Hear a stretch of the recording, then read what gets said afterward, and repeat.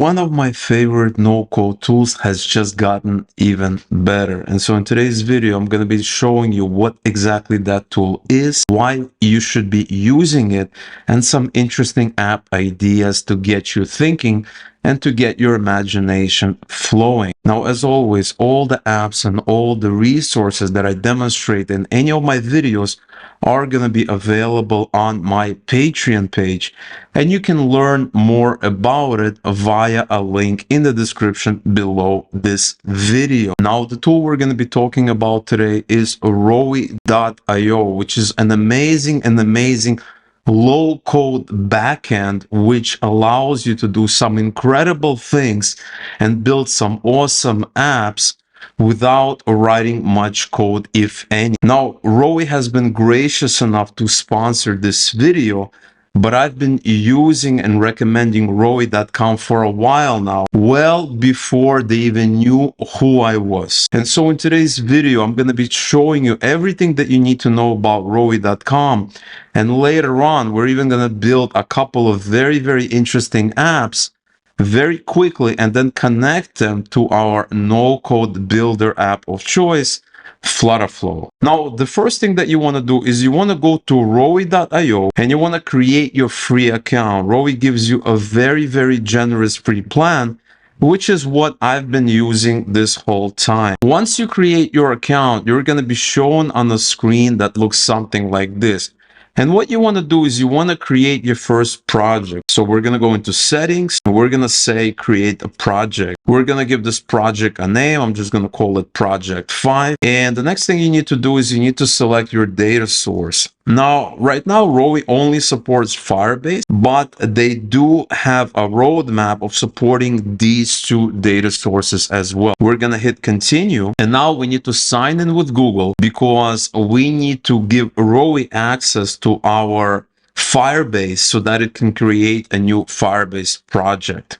Okay, we're going to continue to Google permission. We're going to select the account. We're going to hit continue. And now it's asking me whether I want to use an existing project or create a new one. So I'm going to be creating a new one here. I'm going to call it project 5. We're just going to leave this on defaults. We're going to say create a new project. And now you have to wait a few moments for it to create your new project. Okay, so now it's telling us that we've created the project.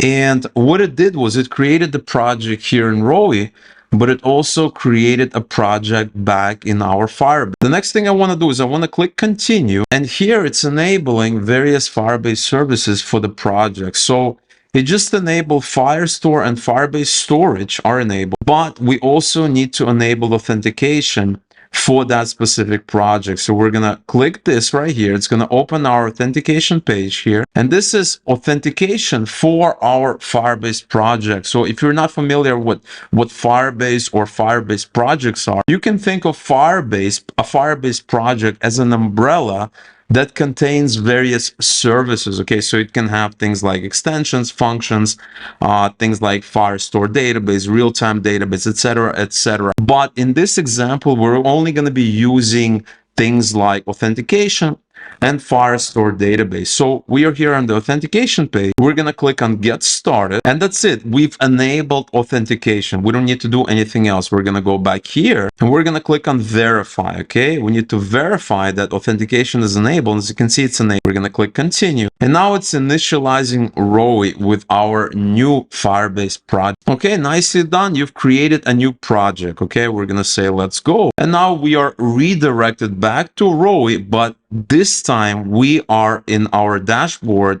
of our newly created project. This is the project here. And if we go back to our Firebase, right, if you go in here, you can see that I have a ton of projects, and this is the project that we've just created.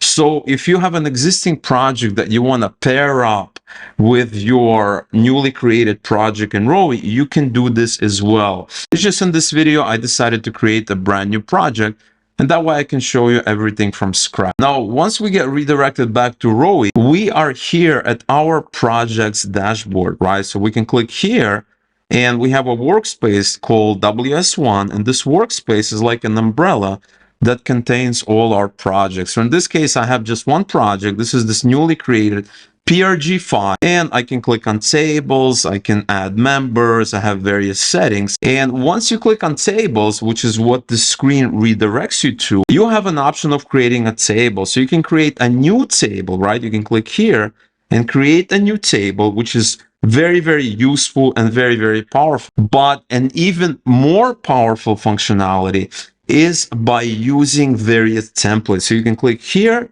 and show all templates. And this is the real power of Rowy. So for example, you can create something called an avatar trainer. And if you're not familiar what an avatar trainer is, an avatar trainer uses something called a dream booth. And this is a technology where you can upload images of a subject. So maybe images of yourself, somebody else, or maybe images of a pet. And it will learn those facial features, and then you can create different avatars of that image. So once you have that model built, you can create different avatars. So as an example, you can create an avatar of an astronaut, kind of like a cartoonish avatar, and many other avatars. Now, on any of these templates, what you can do is you can click on this template on the icon, you can do a preview, and you can either use this template or you can also explore a live demo. So if you click here, and over here, you are seeing a row, and this row has different fields, okay? And you can essentially upload images here, and it's gonna detect your face and then train a model with your images and output different avatars for different settings. So it could be like a maybe a cartoonish image, maybe an astronaut, maybe something else. You know, that there's lots and lots of different images that you can create once you train your model. So this is just one template here, right? But there's many other templates here. You can do things like document AI expenses, where you can upload images of various documents, whether they're receipts, PDFs, and it can essentially extract the data. Or you can have, you know, things like Open AI, generate emojis, Parallel GPT, a lot of interesting things. And you also have a lot of these interesting demo apps as well. Now, before we talk about some of the templates that we have here, let's get back to basics and let's start with something simple. So if I click on table, what I can do is I can just create a sample table, okay? So let's say I pick a primary collection and then I give it a name. So let's say this is books. Let's say I have a table, a collection of books, and I have various things. I can display the name, user-facing name for this table, books, the table ID is books, access controls. So everything else, I'm just going to leave it on defaults and I'm going to hit create. Okay. Once I do that, it's asking me, okay, there's no data in this Firestore collection books. You can import data or you can add a column. So let's say I add a column here, and the column is going to be name. Column name is name, field name is name, field type is going to be short text because it's the name of a book. I'm going to hit add. And now I'm at this basic screen where I can manage the data. So once I've added a column, the next thing that I need to do is I need to actually add data. And for that, I just click on add row. And once I create a row, I can create a record. And this is essentially a Firestore document being created. And so let's say I call this book 1. And what I just did is I created a new document inside of this books collection. And so if I go into my Firebase dashboard, I should see this collection over there as well. So if I come in here and I refresh this, I should see that collection here as well. So here's this collection that we just created, books. And if we click here, we have one document, and this document has one field called name, book 1. And so what we've just done is that we visually created a new document instead of creating it manually inside of Cloud Firestore. And so I can go back, I can add another column, and let's say the column name is pages, number of pages, and the field type is number. I'm gonna add it, and I say, okay, this book has 500 pages. I click out, and I add another row, and this is book 2, and this book has 300 pages.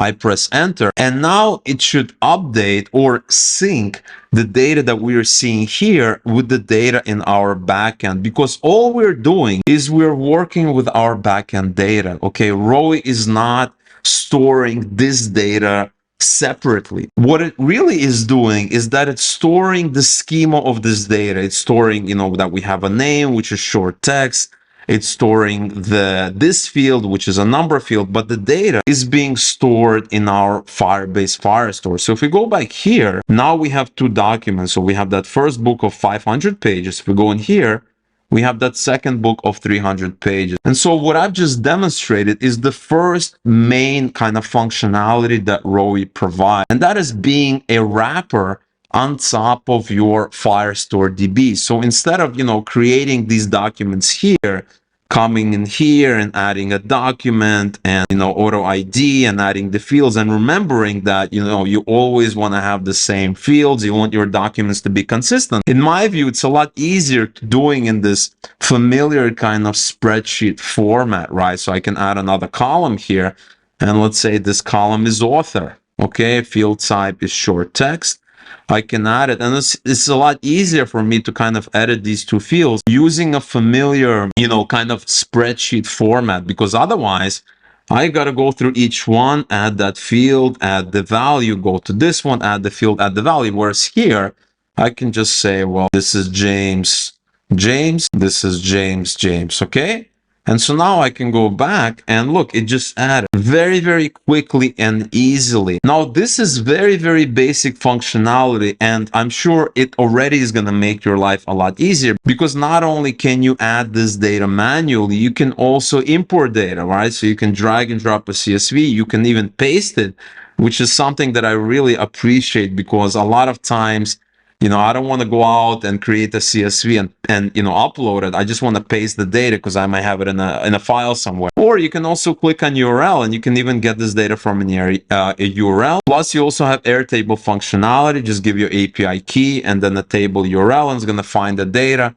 And you can specify the data. You can also export this data by clicking here and export. Now, it's all nice and all to be able to edit this data and to add new records and to kind of modify existing records. And granted, it's a lot easier to do it in this familiar spreadsheet format than to do it using this generic kind of Firebase UI here. It's a lot easier doing it like this.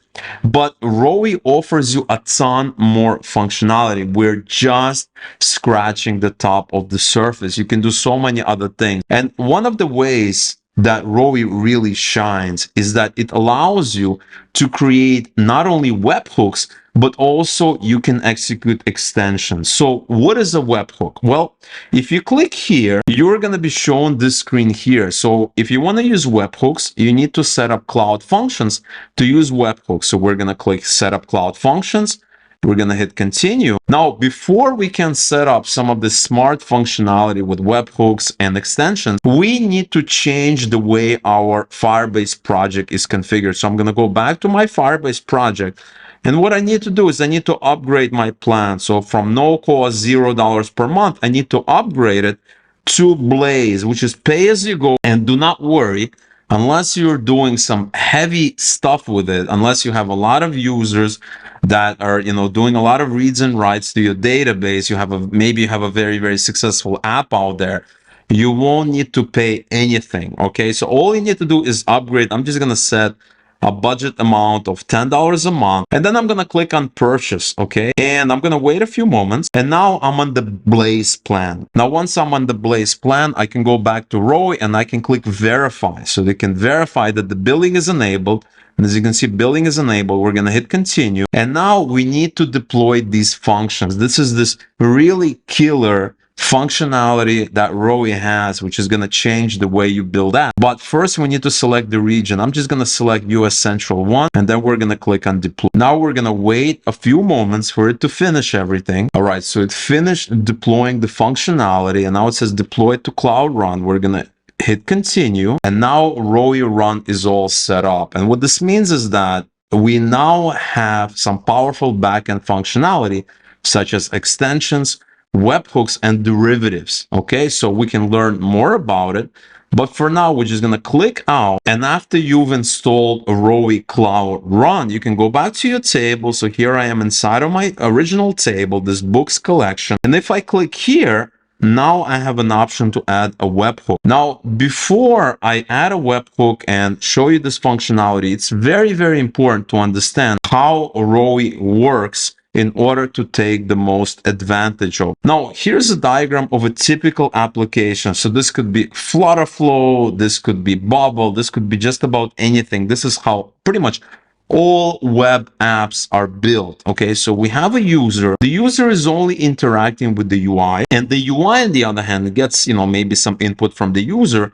And then we have the logic layer. And this is the brain of the app. This part right here, this layer, how exactly to give the user what they want. And it can also access things like from storage, or it can access third-party APIs as well. I mean, you can have an app without third-party APIs with just storage. And you can also have an app that has just APIs with no storage, or you can have an app with both of these.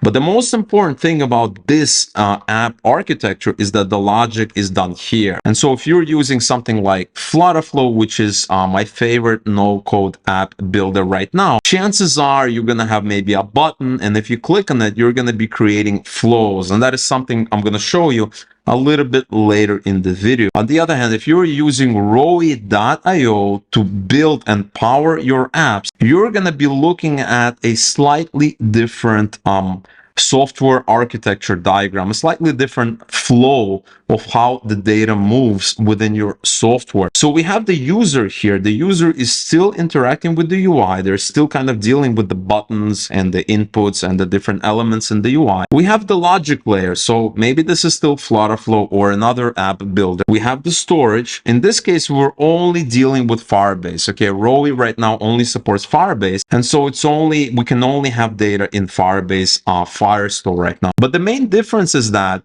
what Rowy does is it attaches to your Firestore collections, to your Firestore documents. And so anytime you modify, you change something inside of Firestore, it triggers something within Rowy. And as a result, the logic, instead of it being here, it's now here. This is the main logic right now. And so you don't need to implement it here if you don't want to, or if you don't need to, you just need to implement it here. And as a result, this logic layer right here, this logic piece here, is going to be talking to different external systems. So whether it's going to be an API request or a webhook, which is an incoming request, essentially, you're going to be sending data through a webhook from some external system, and your data is going to be reflected in your database, which in turn is managed by rowy.io. And so here we are back in rowy.io, and I can add a webhook. So I can have a basic webhook.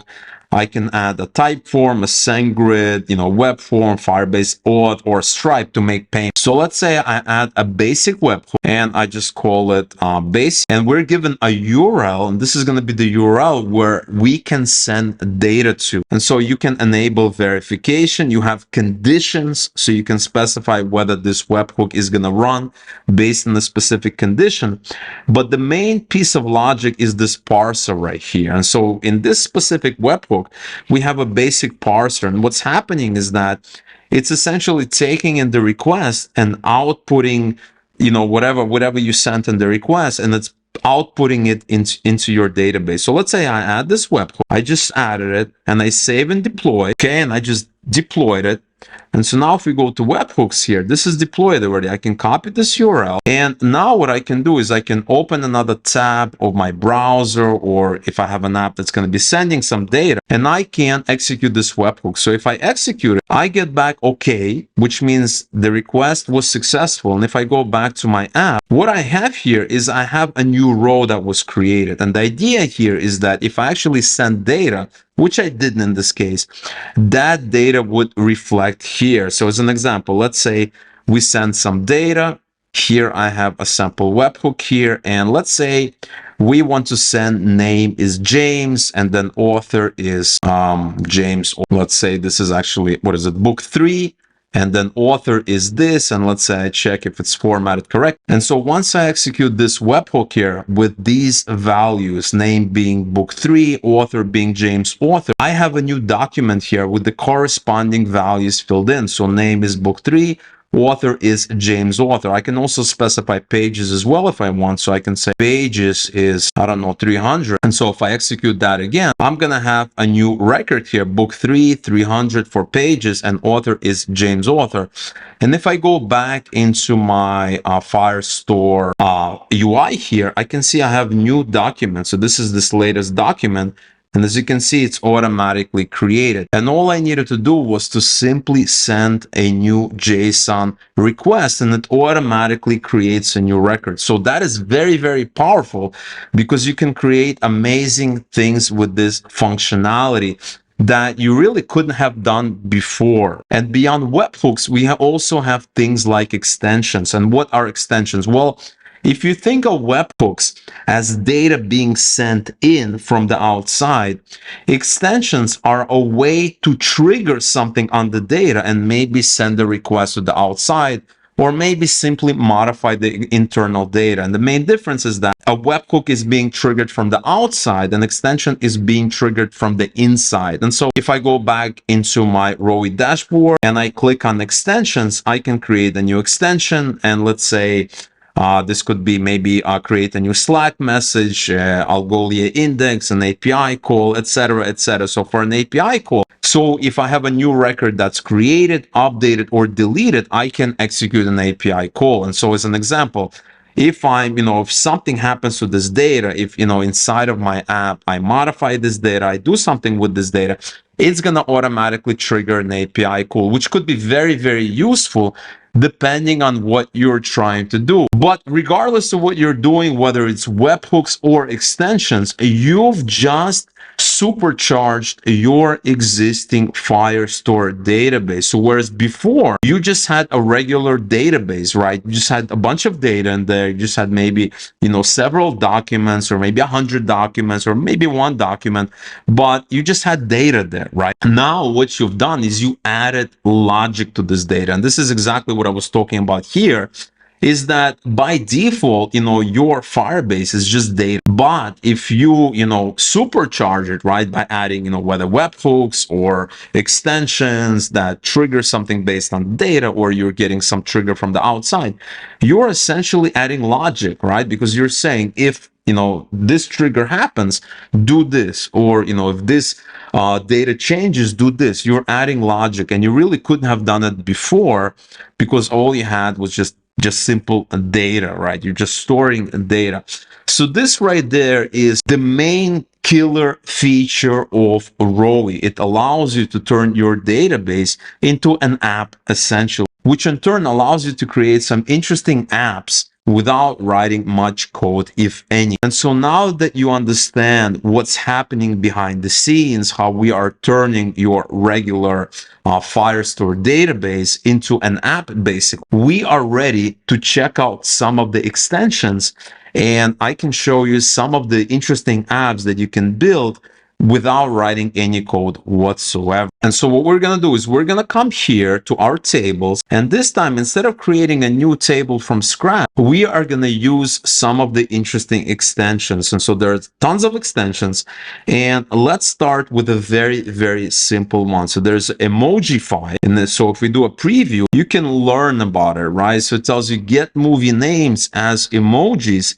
using GPT-3. So we can actually explore a live demo. Basically what happens is you enter a word and it goes out and it fetches an emoji for that specific word. And so behind the scenes, it has a ChatGPT or a GPT prompt that takes the input of this field right here, of this column, whatever you enter here, and outputs an emoji. Okay, so we can actually use this template. I'm going to click here. Let's begin.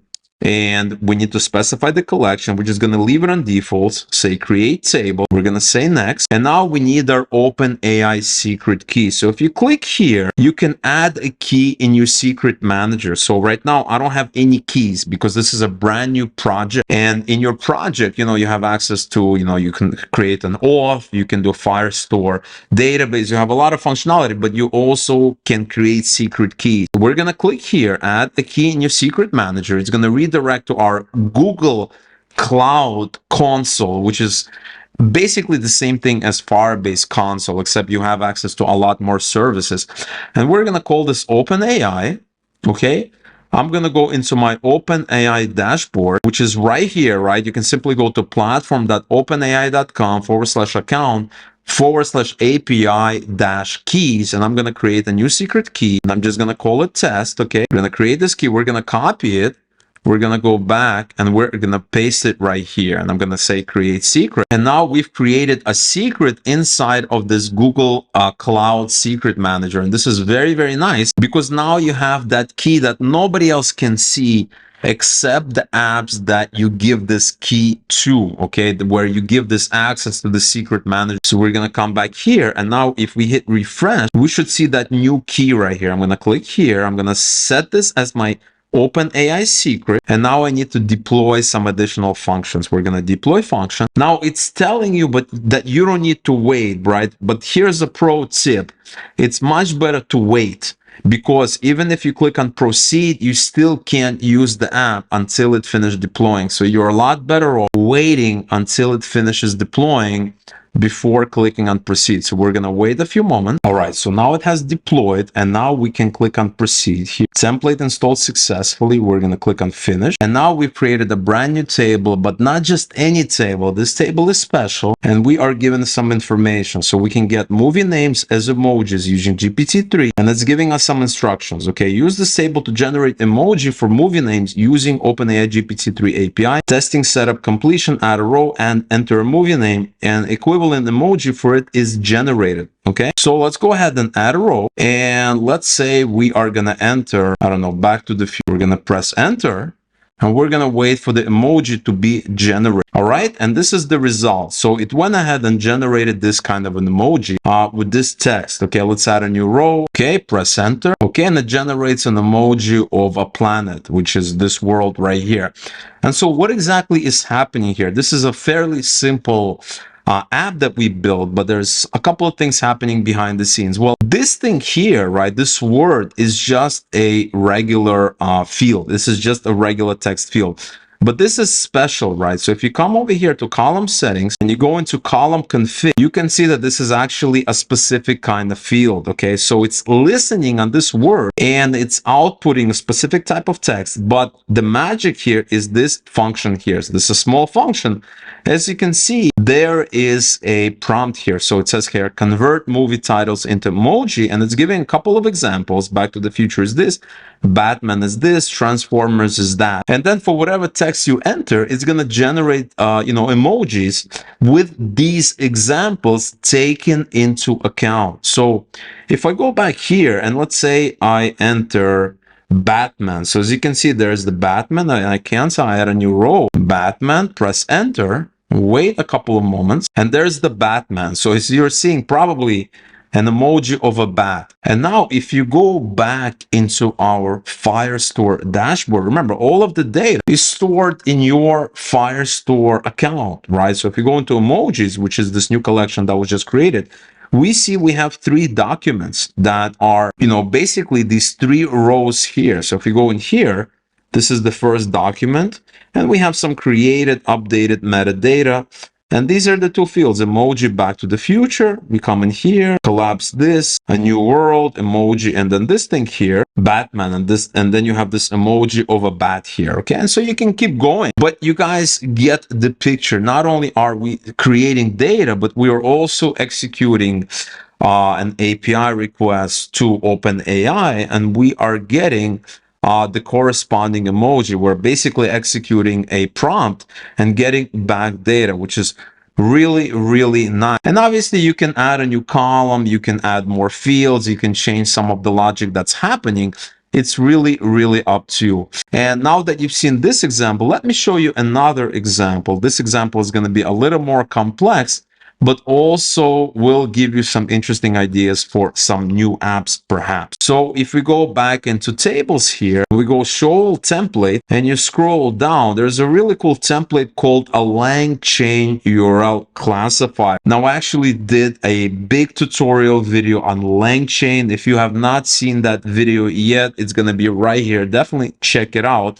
But to make a long story short, LangChain is a framework for helping you dealing with LLMs, which are large language models. And in fact, this is a very interesting template here. Well, you're actually going to see exactly what it does. So we're going to click on preview, and this template allows you to categorize and summarize URLs using OpenAI and LangChain. Okay, so there's a live demo here. So if you enter a URL, you're going to get the category of the website. You're also going to get the website summary, which is actually pretty cool because you're essentially giving GPT an access to the internet. So instead of it, using the data that it was trained with, it can go out to the internet and use that data to kind of tell you what the website is about. So what we're going to do is we're going to click on this, use this template. Let's begin. We're going to leave this all on default. We're going to say create table. Now it's asking us for the OpenAI API key. We already have that, right? Because we used that in the previous example. We're going to click here. We're going to set secret, go to next. And now we need to add a browserless API key. This template requires a browserless IO account for scraping URLs. You can get it from your browserless dashboard. And so all you need to do is go to browserless.io and you can get your free API key. They have a generous free plan. And so all you need to do is get your free API key. I already got my API key. This is my dashboard here. So I'm going to copy this API key here. I'm going to go back to Rowy. I'm going to come here and I'm going to add this key to my secret manager. Okay, we're going to come here, browserless here, paste the key, create the secret. Okay, the secret has been created. And now we see it right here. Set secret, go to next. And now we need to deploy functions. Okay, we're going to click on deploy functions.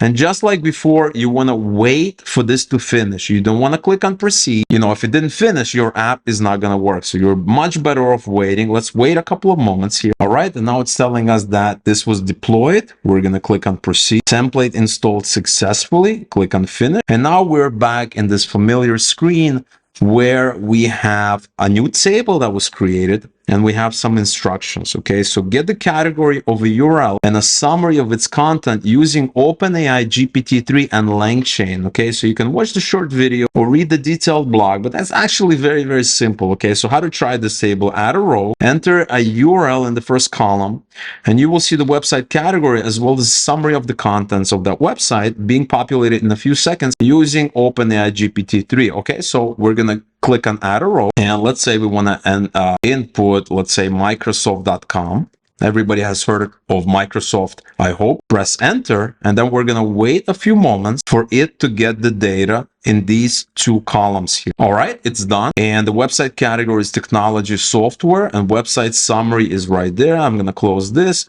The website ad provides various Microsoft products, including Surface devices, Xbox games, and console. And if we open that up, you can see that there's a lot more text in there. Okay. All right. Let's add a new row here. Let's add a website called TechCrunch.com. All right. And this is the result. So this is also technology news. TechCrunch is a website that covers news, analysis, opinions, and the latest technology, startups, etc., etc. Right. There's a lot more content in there, but as you can see, it got the right data. And now that we have these two rows, we can go back into our Cloud Firestore dashboard here, refresh the page. And as you can see, we have this new collection called LangChain URL Classifier.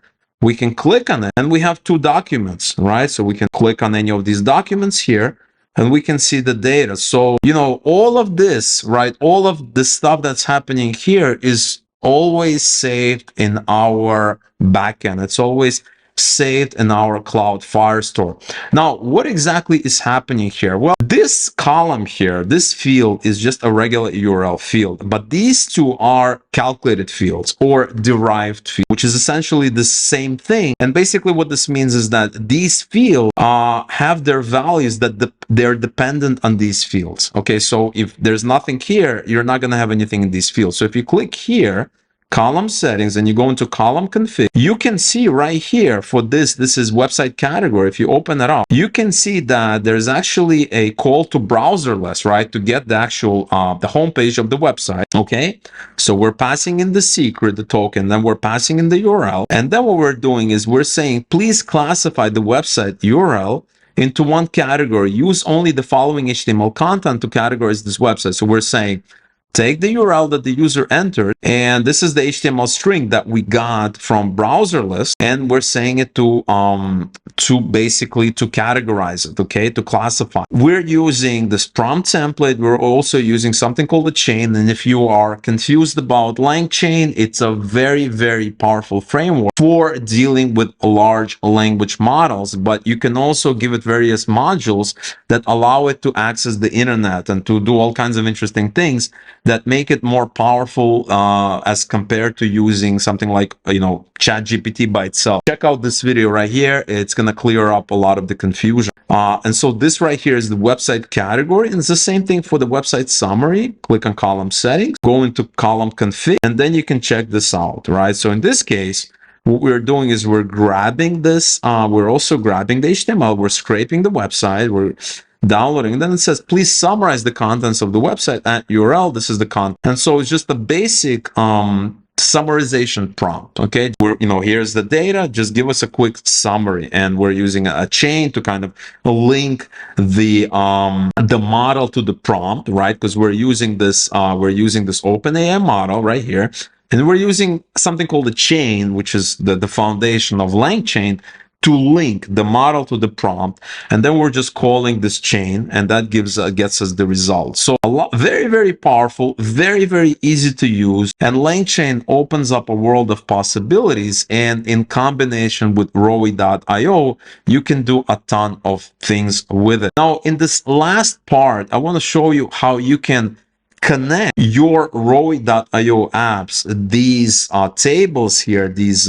supercharged tables here, to a FlutterFlow app in case you want to build some kind of a cool UI that's going to interact with the stuff that we have here. And this is actually very, very simple and straightforward, and you can build some amazingly powerful apps using this technique. And so now that we have the table created for us, we have the documents, and we also have the logic that's automatically executed anytime we enter a URL, because these two fields are derived fields or calculated fields. The only thing that we really need to do is we need to create the UI that takes a URL and just waits for this data to be filled in. And then once it's filled in, just display it for the user. So let's go ahead and build an app that does exactly that. So here I am logged into my FlutterFlow account, which is going to create a brand new app that does this. I'm going to say create new. I'm going to call this, I'm going to do create blank. I'm going to hit next, and I'm going to say start building. So the first thing I need to do is I need to connect my Firebase to it, because it needs to be pulling in the data from our Firebase account. So what is our Firebase project ID? If you go in here to our project, click on this gear icon, project settings, this is the project ID. We're going to copy that, and we are going to go back to our app, paste it in here, and click on connect. It's going to give us an error because Firebase at flutterflow.io is not an editor, and this is actually very easy to do. Go back here, go to users and permissions, add a member, paste this email, and make it an editor. Done. Add member. Okay. So now if we go back to our FlutterFlow app, we can say connect, and now there are no issues, there are no errors. We want to auto generate config files, generate config file. All right, now we've done that. We are ready to build the app. Now, the next thing you want to do is you want to create the schema. So we're going to go into Firestore here. We're going to come here and we want to create the schema. So we're going to create a collection. What is the name of the collection? The name of the collection is, if we go into Firestore database, and it needs to be exact. So in this case, it's called a LangChain URL classifier. So we're going to come here, paste it in here, create it, and let's get those fields of documents. So we have three fields. We have URL, website category, and website summary. We're going to come here, start from scratch, URL. The data type, we can have a string, website category, and make sure it's exact case. It's case sensitive. You want to make sure you get this right. We're just going to say string, and this is website. We're going to say string, and let's double check if it matches up correctly. Yep, it's this camel case where this is lowercase, this is uppercase, website category, website summary. All right, looks good. Okay, this is done. Let's go back and create a quick UI. Come back here. We have the home page. Let's create an input for the URL and also the output for the website category and the website summary. So I'm going to come here and I'm going to create a row. And inside the row, we're going to have two fields. I'm going to have an input, going to have a button right here. Now we have the button, and this button is going to, fetch the data. So I'm just going to say go, just to keep things simple. Let's give it a little bit of padding. Let's give it something like this, so it's nice and clean. And this is going to be URL. So the label is enter URL. Okay. And then once we click on go, we want to display the data of the fields that we got back. And so what's nice about this is that because we're dealing with the database directly, we don't need to, store any kind of state variables. Okay, we're not executing an API call.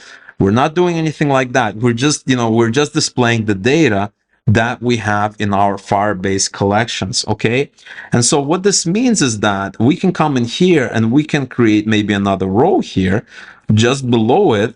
And in this row, we can simply have these text fields, and these text fields are just going to load the data. So let's say I duplicate this row, just right click, duplicate, and now we just duplicated the rows. Let's go ahead and center it. I'm gonna center it, and let's make the text a little bit bigger. Let's make it, let's come in here, let's make it 16, make this 16. Okay, so we have that. And what you want to do is you want to go on the homepage level, and you want to pull in one of the documents that we're dealing with whatever is entered here. And so what we're going to do is we're going to come here, and we're going to do a backend query, and we're going to do a query collection, blank chain classifier. We want to get a list of documents, but we're going to do a filter, right? We need to find that document with the URL that we entered. So we're going to say URL and equal to, we're going to come in here, widget state text field. Okay.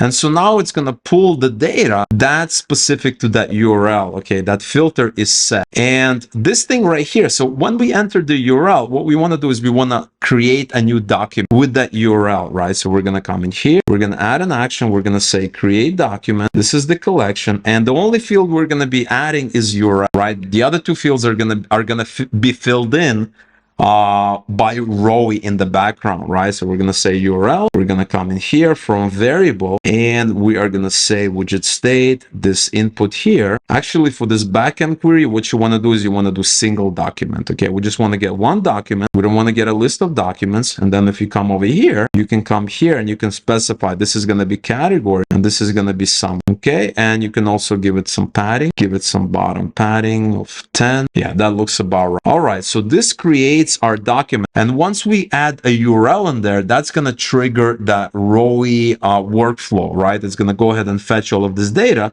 and once that data is ready, it's going to display it here. So let's go ahead and fix our Firestore rules here. Now, when I'm setting up my rules, I'm just setting it for everyone in testing. Obviously, when I have the production app, I'm going to change these rules. I'm going to hit deploy. All right, so let's go ahead and test this app. Create a test environment very, very quickly for. All right, loading our test environment now. All right, so here's the app. And if we enter this URL right here, it should get the correct data, meaning the summary and the category, and then hopefully display it here as well. So let's go ahead and do that. It executed, and now we are waiting for the data. So if we go back to our app here, we can see that we should have a new document. So we have this new document, and now we have to wait for the data to be filled in. So it just was filled in. And if we go back to our app, we can see that this data was just reflected. There's a little bit of an overflow issue that's very, very easy to fix, but as you can see, it updates it automatically. And now if you go back to rowy, you can see that we have a record here for the New York Times. You have the website category, which is exactly what's being displayed right here. Now, if you want to fix this issue here, this overflow, all you need to do is go back to your app, pick this, and you want to do expansion. You also want to do expansion right here. And that way, if you reload the app, you should have no issues with that anymore. Okay, there it is, the website for the New York Times, etc., etc. And now you are seeing the last